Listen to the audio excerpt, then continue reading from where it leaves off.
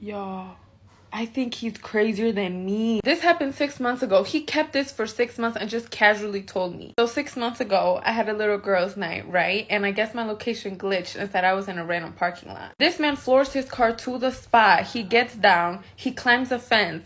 He has something to hurt somebody with. He said he checks every single car and that he waits there for 10 minutes, and I quote, to see if there was any movement. And then when my location went back to where I actually was, that he just went about his day like nothing. Call it red flag, I don't care. That shit kind of hot. Like, it's the fact that it's something I would do. Like, we're really twinning. Like, that's my soulmate. It's because it's like, it's the way I would literally...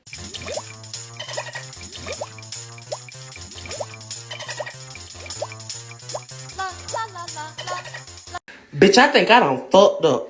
And bitch, I don't think I ever took an L this bad. I swear to God. And I'm really embarrassed to be sharing this shit, but hey, y'all finna hear this shit too. So listen, me and my favorite stinky league, we beefing, okay? And this time, I'm tired of beefing with him. I'm starting to stand my ground. I don't want to do this shit no more. He can just keep that shit somewhere else, okay? And yeah, I got other stinky links, but them motherfuckers really just mediocre, okay? Really, they just keeping the bills paid.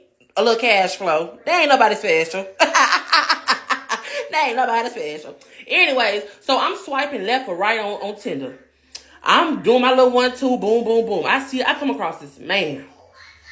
And when I say, bitch, he fine as fuck. I swear to God, bitch, he fine as fuck. So I was like, oh my God.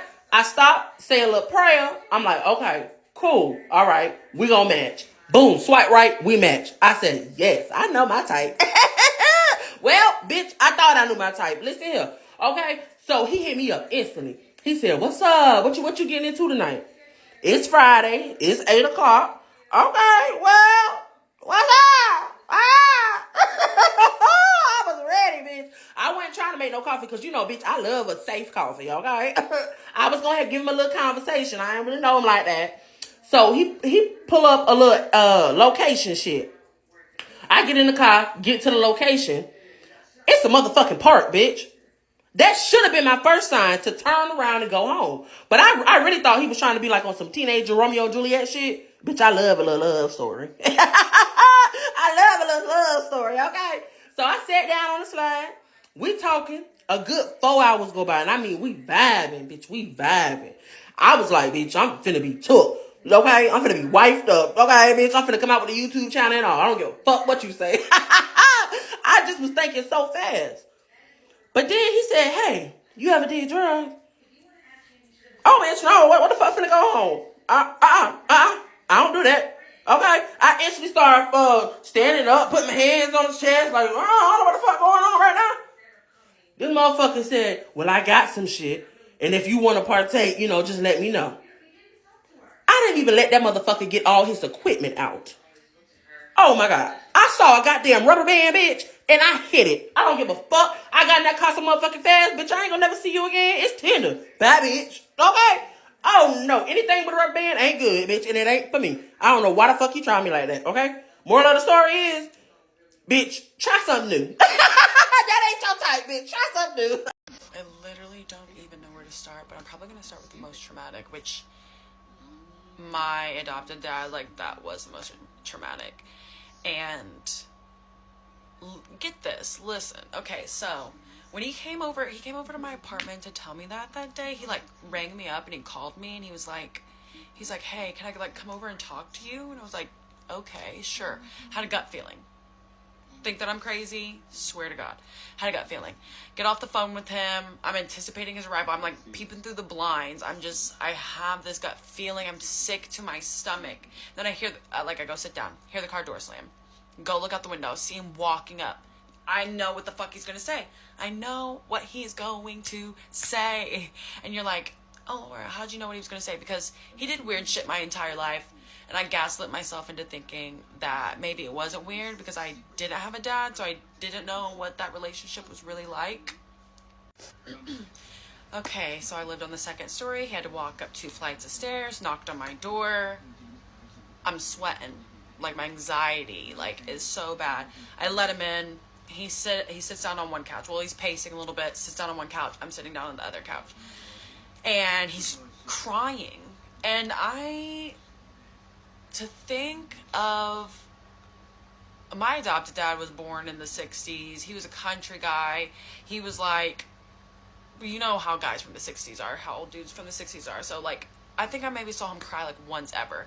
So I thought he was having a mental breakdown, and he couldn't even speak. And I was like, say it. I was like, just say it. Say what you're going to say. Like, almost coercing it out of him because I was afraid that he wasn't going to say it, and I wanted to know what he was going to fucking say. I really should have recorded it, but... So he says, Laura, I'm in love with you. Look at me dead in the eyes with tears rolling down his fucking face. Knowing me, literally, I'm gonna have to show a picture of me whenever I was 6 years old, but I was like, he's known me since I was like as tall as my fucking knee. He's like, Laura, I'm in love with you. And I was like, oh, I love you too. And he's like, no, I mean, I'm in love with you. Like, I would love to marry you. I'm telling you, I'm freaking the fuck out in here. But it is also giving me clarification on everything that it has happened throughout my time knowing him since I was 6 years old. I blacked out after that. I fucking blacked the fuck out. I remember him asking me, because I lived like 5 or 6 blocks away from my childhood home that I grew up in. Fuck. I remember him asking me to dinner because it was the weekend. They were a horrible family, but one thing that they generally did was like Sunday dinners or whatever. So he asked me to dinner, and I'm sure I said like yeah or something like that. And then he walked out of my house, and I locked every fucking lock on that door, and I went into my fucking bedroom, and I locked that door, and I hid under my blankets, and I fucking sobbed my eyes out. I was like hyperventilating. I was like freaking out. I was in there for over an hour before I was able to like do anything else than that. And I texted my sister. At the time I was married to a man. But anyway, I texted my ex-husband, and I was like, you're not gonna believe this. If you don't believe this, I'm gonna fucking leave you because this is fucked up. So I texted him everything, and before I gave him a chance to even read it or respond, I was like, no, fuck this, I need to talk to somebody. So I call him, and I tell him every single fucking detail. Mind you, my ex-husband was not a good man either. That's another story, an equally as traumatizing story. But anyway, I was on the phone with him, and he was just like, he's like, Laura, you must be confused. Like, imagine a man sticking up for another fucked up man, but he's like, Laura, you have to be confused. There's got to be some, and he knows my history with these people and my adopted dad, but he's literally like, no, you're confused. There's no way. I hang up on him. I call the most important person in my world, which is my little sister. And I tell her, and she's freaking the fuck out too, because she has fucked up experiences. There's a specific reason why us Caribbeans and Africans, growing up, they tell us not to eat at strangers' house. Not to eat at anybody's house, to be honest. That was so embedded in me that till this day, I will not eat at people's house. Not only is it because that not everybody is clean, but it's also because that you don't know what that person put in that food. Scary story time. So there was this guy, let's call him Leo. So Leo had this friend, and this was like his best friend. Let's call him Sam. And this is a real quick story time. Sam and Leo basically like grew up together. They were super close, like the bestest of friends. Sam had a younger sister. Let's call her Julia. Now, at this point of the story, Sam and Leo are about maybe 22, 23, and Julia was only a year younger than them. But growing up, Julia always had the biggest crush on Leo. And it was super obvious, like they both knew. But because that was Sam's little sister, like he respected that. He never looked at her that way. But that did not stop her from constantly shooting her shot. And so Leo already knew the rule not to eat at anybody's house, and so did Sam, and so did Julia. But they are like family, so eating at their house was like a normal thing. So anyways, one day they had a little get together, like game night type of thing at their house, at Julie and Sam's house. You know, I keep saying Julie, so we're just gonna say Julie. And so Julie got really drunk and finally like outright confessed her love for Leo, like in front of everybody. And so Leo had to let her down very easily, and he was very gentle about it. He told her, hey, you've had a lot to drink. And she's like, I don't care. Drunk minds speak sober thoughts. I'm telling you the truth. So what's up? Like, and Leo's like, I'm sorry. You're my best friend's sister, and I really don't look at you that way. I'm sorry. I love you. I got love for you, but it's just not that way. And so Julie starts crying because now she's embarrassed.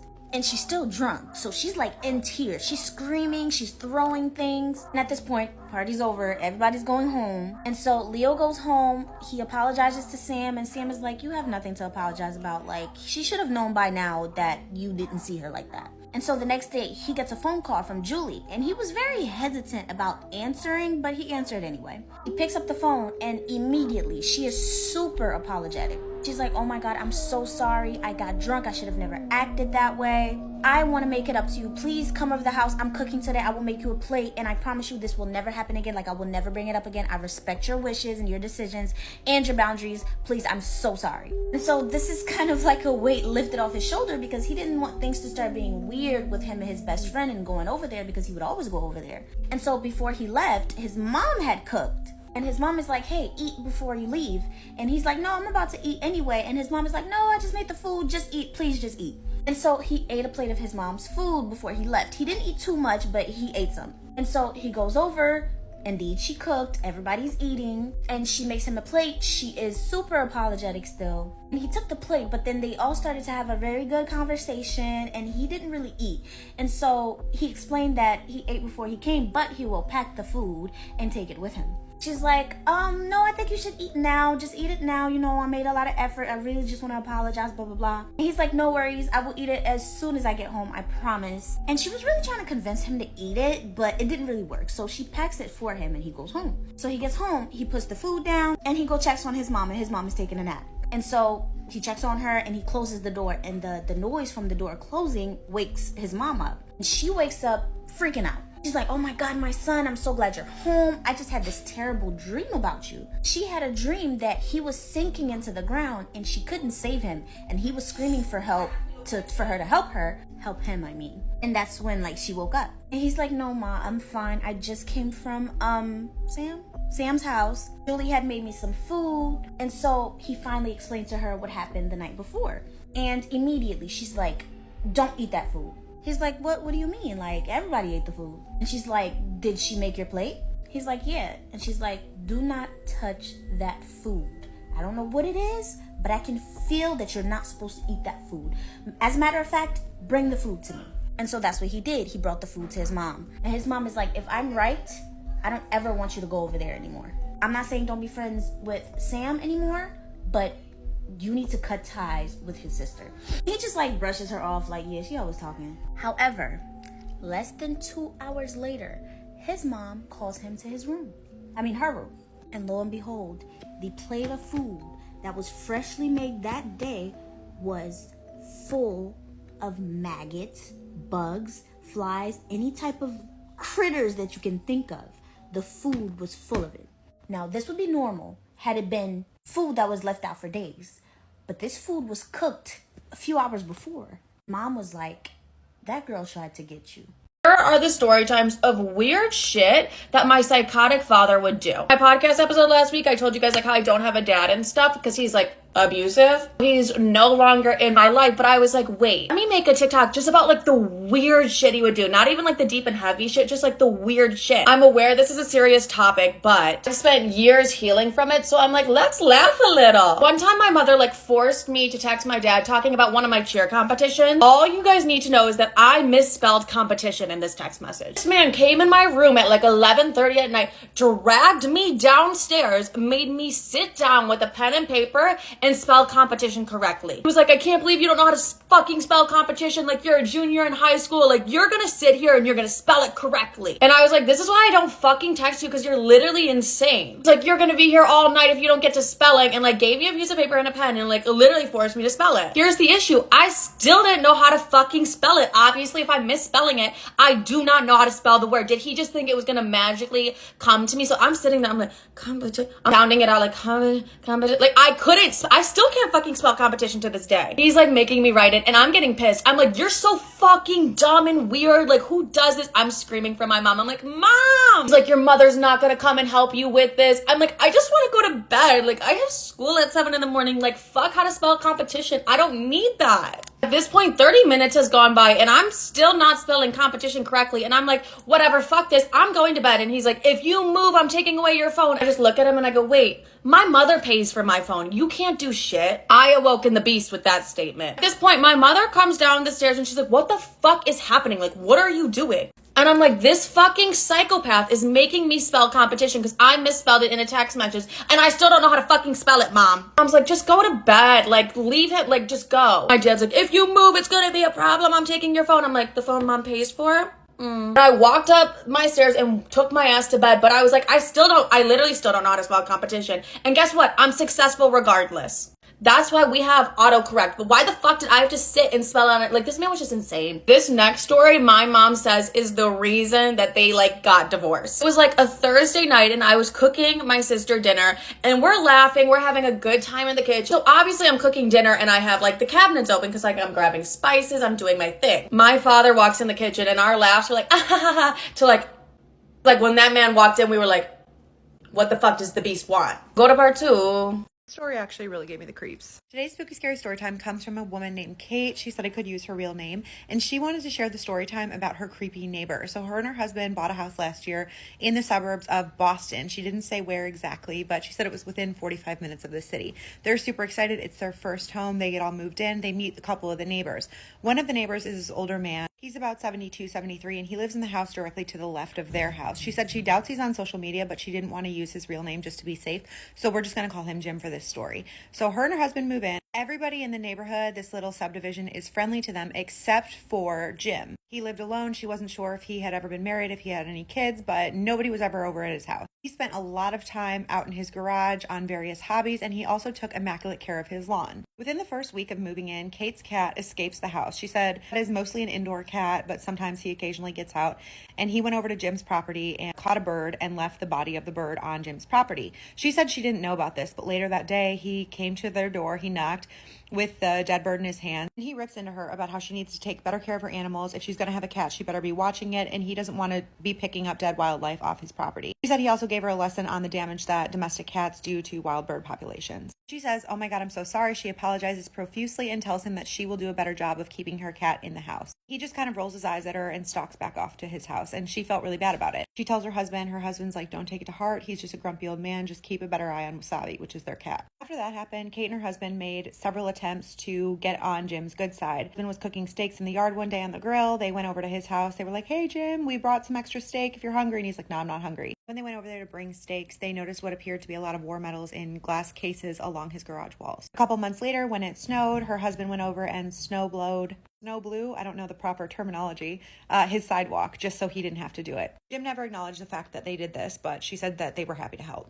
It gets warm again. In the springtime, Kate is starting a new job where she works from home 3 days a week, and she set her office up on the second story of the house with a window that faced Jim's yard. She said there was a 4-foot fence separating their two properties with a row of hedges. And she said a lot of days when she worked, she would see him out there trimming the hedges, planting flower beds, and just making his yard beautiful. One day she's working, she gets off a call, and she looks out the window, and she sees Jim staring directly into her window at her. She said it startled her because she did not expect to make eye contact with him when she looked up, so she just awkwardly waved, and he just looked away. A couple days later, she's working again. He's trimming hedges as she's working, nothing really weird. It's about 5 p.m. She's ending her workday. She looks out the window, doesn't see him. She closes her laptop. She's getting up, and she looks out the window again, and she sees him crouched between the hedges, like looking at her house. That he still had the hedge trimmers in his hand, and he was basically just pretending to cut the bushes, like making the motion, but wasn't actually doing anything. And it was very clear that he was trying to mask the fact that he was staring at her house. The next night, she's finishing work. Same thing happens. Her husband gets home. She tells him basically, I think he's watching us. Her husband's like, no, I told you he's just a grumpy old man. You're giving it too much thought. You want him to like you too bad. Her husband's like, basically, if he is, he's just nosy. He's an old man with nothing to do. A couple nights later, it's thundering really bad. Kate wakes up in the middle of the night. She's thirsty. She decides she's going to go downstairs and get something to drink. It was dark. It was storming. She's standing there having her little drinky drinking, and she said she heard what sounded like somebody bang on the glass of their sliding door in their kitchen. But again, it was storming, it was lightning, it was thundering, and she thought maybe the house just moved with one of the big booms from the thunder. In the morning, she goes out in the backyard to check for storm damage, and she's spooked to find a set of boot prints in the mud just off the concrete of their patio. She said she knew they weren't her husband's because they were much bigger than her husband's shoe. So she tells her husband basically, look, I want you to address this. This is getting weird. He promises her he will, but before he has a chance to, Jim is back out in the yard, but this time he has a pair of binoculars and he's staring directly at their house. So she's had enough. She stands up. She's like, I'm going to go over there. Her husband wasn't home, but clearly he wasn't going to deal with it, and she was sick of Jim watching her. As she stands up, Jim sees her through the window. He puts his binoculars in his pocket and he walks inside the house. She's like, not today. So she stomps out of her house. She goes over to his property. She bangs on the door. He answers. She goes, why are you watching me? And he just looks her up and down and he's like, come inside and I'll tell you. And she's like, no, tell me right now. I'm not going in your house. And he's like, no, it's really important that you come inside. She raises her voice a little bit. She's like, absolutely not. I don't know you. I'm not going in your house. Tell me now. And he hushes her. And then he lowers his voice and he says, there's somebody that's been on your property watching you through the window. He says, I've seen him over there a few times in the last few weeks and he's over there right now. Kate said she could feel the color drain from her face. She steps into his house. She said, why didn't you tell us? Why didn't you call the police? He said, I was trying to see if I could figure out who it was,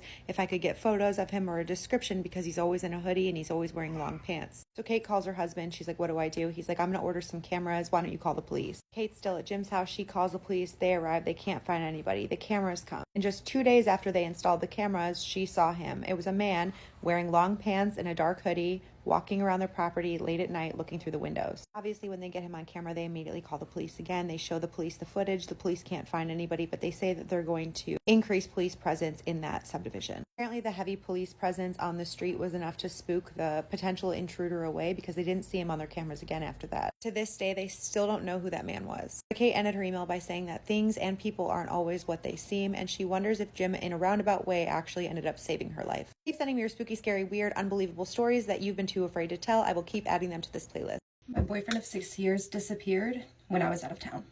This is an intense story time, so buckle up. I, 32 female, came home Tuesday evening from being away for work for 2 weeks, and my 35-year-old male boyfriend was supposed to pick me up from the airport. But once I got in, I could not get a hold of him, and he never showed up to the airport. Now, I was annoyed but not worried because he said he hadn't slept well the night before and that he was going to go lay down before coming to get me. So I figured he had just fallen asleep, so I called my sister to come get me. When I arrived home, I noticed that his car wasn't in the garage, so I kept texting and I was still getting no response. So I head upstairs to go put my clothes into the closet and I notice that almost all of his clothes are gone. And at this point, I start to get really freaked out. I call my sister to come over because at this point, I'm not really sure what to do and I don't really know what's going on because he's still not answering. The only thing that is missing is his car and almost all of his clothes. My sister arrives. I have her go into the laptop and I go on his desktop because I know all of the passwords and we find nothing out of the ordinary. So I start looking into the drawers a little more and I find his iPad in one of the drawers, and so I go on it and I try to investigate and see if I can find anything on there. Again, nothing out of the ordinary. But then my sister suggests that I go on his iPad and try to do the Find My iPhone app on his iPad. And then this is where it gets interesting.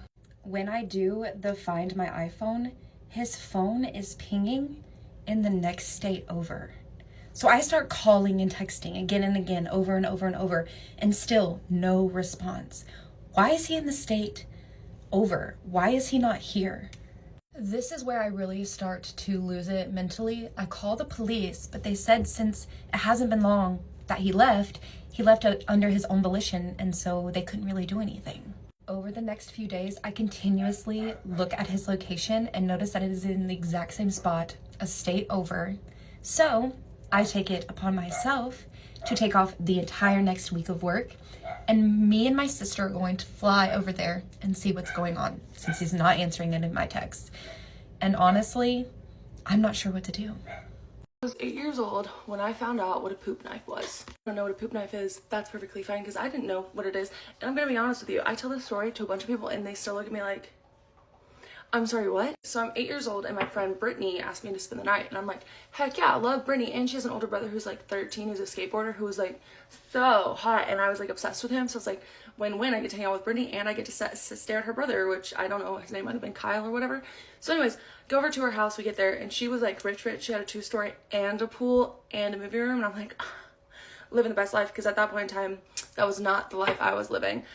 So anyways, we're at her house, everything's fine. She has like a whole closet worth of snacks, and I'm just like, because if you're someone who grew up without snacks in their house, you're just like, when you go over to your friends that has them, like everything is just like, wow. So automatically I'm thinking like, this house is the most amazing house I've ever seen. Like, oh my goodness, I'm just like in awe.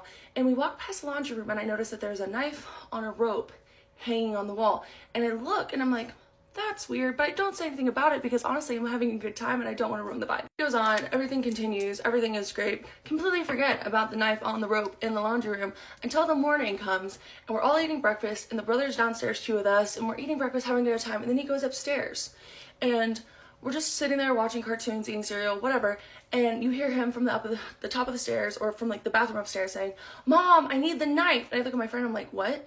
And my friend said, like, looks at me, doesn't even like really register that I look confused, and she goes, "Mom, don't worry, I'll get it." She goes into the laundry room, she grabs the knife off the wall and goes upstairs. She comes back down without the knife, sits down like nothing happened, and I'm like, "I'm sorry, where's the knife?" And she's like, "What do you mean?" And I'm like, "You walked upstairs with the knife, you walked back downstairs without the knife. Where's the knife on the rope?" And she's like, "Oh, my brother's using it." And I'm like, "For what?" And she's like, "It's a poop knife." And I'm like, "I'm sorry, what's that? Like, what's a poop knife?" This girl, so calm, cool, and collected, goes, "Oh, you know when your poop's too big to flush, you just slice it with the knife." I have never been so shocked in my life, because there are so many questions like, why is this a thing? Why is this such a big problem that we have a literal designated knife to it? What's the sanitation process like? Why don't we just keep it in the bathroom? Why don't we just have one designated knife per bathroom? All of those things. And she like said this to me, like, this is a completely normal thing, that everybody has this, that I'm the weird one for not having it, whatever. And so I just kind of like drop it, and I like don't bring it back up, and I go home, and on the way home, I asked my mom, "Mom, why don't we have a poop knife?" And she looks at me, and listen, Kimberly has a lot of flaws. She has a lot of flaws. However, she did say in that moment, "You are never spending the night at that girl's house again." And I said, "Okay, Mom, sounds good." I never spent the night at Brittany's house again. She came over to my house a couple of times. Did not look at that brother the same after that one. Once you find out that your crush has to literally slice his poop in half so that it flushes, it really changes some things for you. But yeah, did you find out anything weird in your childhood that people do? Because I still think about the fact that I never have figured out how they sanitize it, and it just sat in their laundry room on a rope.